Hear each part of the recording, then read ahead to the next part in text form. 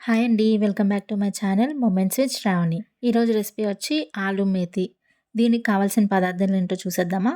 First 4 boiled పొటాటోస్‌ని తీసుకొని ఇలా medium సైజ్‌లో కట్ చేసుకున్నాను. తర్వాత 2 కప్స్ మెంతికూర తీసుకొని బాగా వాష్ చేసి చిన్నగా కట్ చేసుకోవాలి. 2 టొమాటోస్ తీసుకొని ప్యూరే చేసుకోవాలి. నేను ఇక్కడ ప్యూరే చేసుకుంటున్నాను. కావాల్స్తే చిన్న చిన్న పీసెస్‌గా కూడా కట్ చేసుకోవచ్చు. ఇంకా 2 ఆనియన్స్ తీసుకొని అవి కూడా చిన్న స్లైసెస్‌గా కట్ చేసుకున్నాను. కొంచెం కొత్తిమీర, అలానే కొంచెం కరివేపాకు. ఇప్పుడు ప్రాసెస్ చూసేద్దాం. స్టవ్ ఆన్ చేసి పాన్ తీసుకొని 2 టేబుల్ స్పూన్స్ ఆయిల్ వేసుకోండి. ఆయిల్ హీట్ అయ్యాక జీలకర్ర యాడ్ చేసుకొని ఇవి వేగాక ఆనియన్స్ యాడ్ చేసుకొని బాగా వేయించుకోవాలి.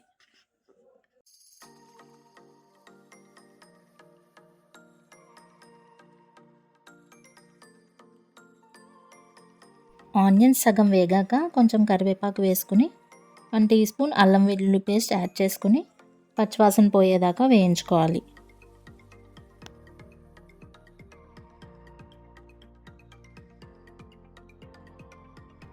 ఇలా ఆనియన్స్ వేగాక టమాటా ప్యూరీని యాడ్ చేసుకుని వేయించుకోవాలి.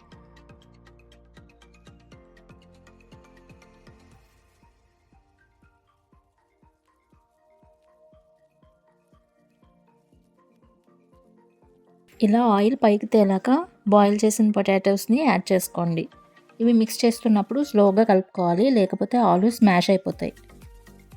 ఇవి కలుపుకున్నాక కొంచెం సాల్ట్, 1½ టీ స్పూన్ కారం వేసుకుని బాగా వేయించుకోవాలి. ఎక్కువ స్పైసీనెస్ కూడా అక్కర్లేదు ఈ కర్రీకి. లేదు మాకు స్పైసీగా కావాలి అనుకుంటే మీకు నచ్చినంత కారం వేసుకోండి.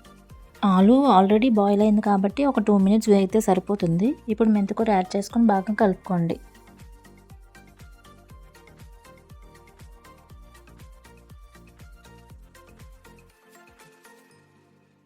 మెంతికూర పచ్చివాసన పోయేదాకా వేయించుకొని ఇప్పుడు దీన్ని మూత పెట్టుకొని మగ్గించుకోవాలి.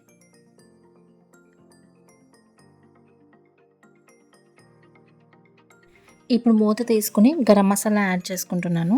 ఇది ఆప్షనల్ అండి, కావాలంటే వేసుకోండి, లేకపోతే లేదు. ఇది వేసుకున్నాక కొంచెం కలుపుకొని మళ్ళీ ఒక 5 మినిట్స్ మూత పెట్టుకొని మగ్గించుకోండి.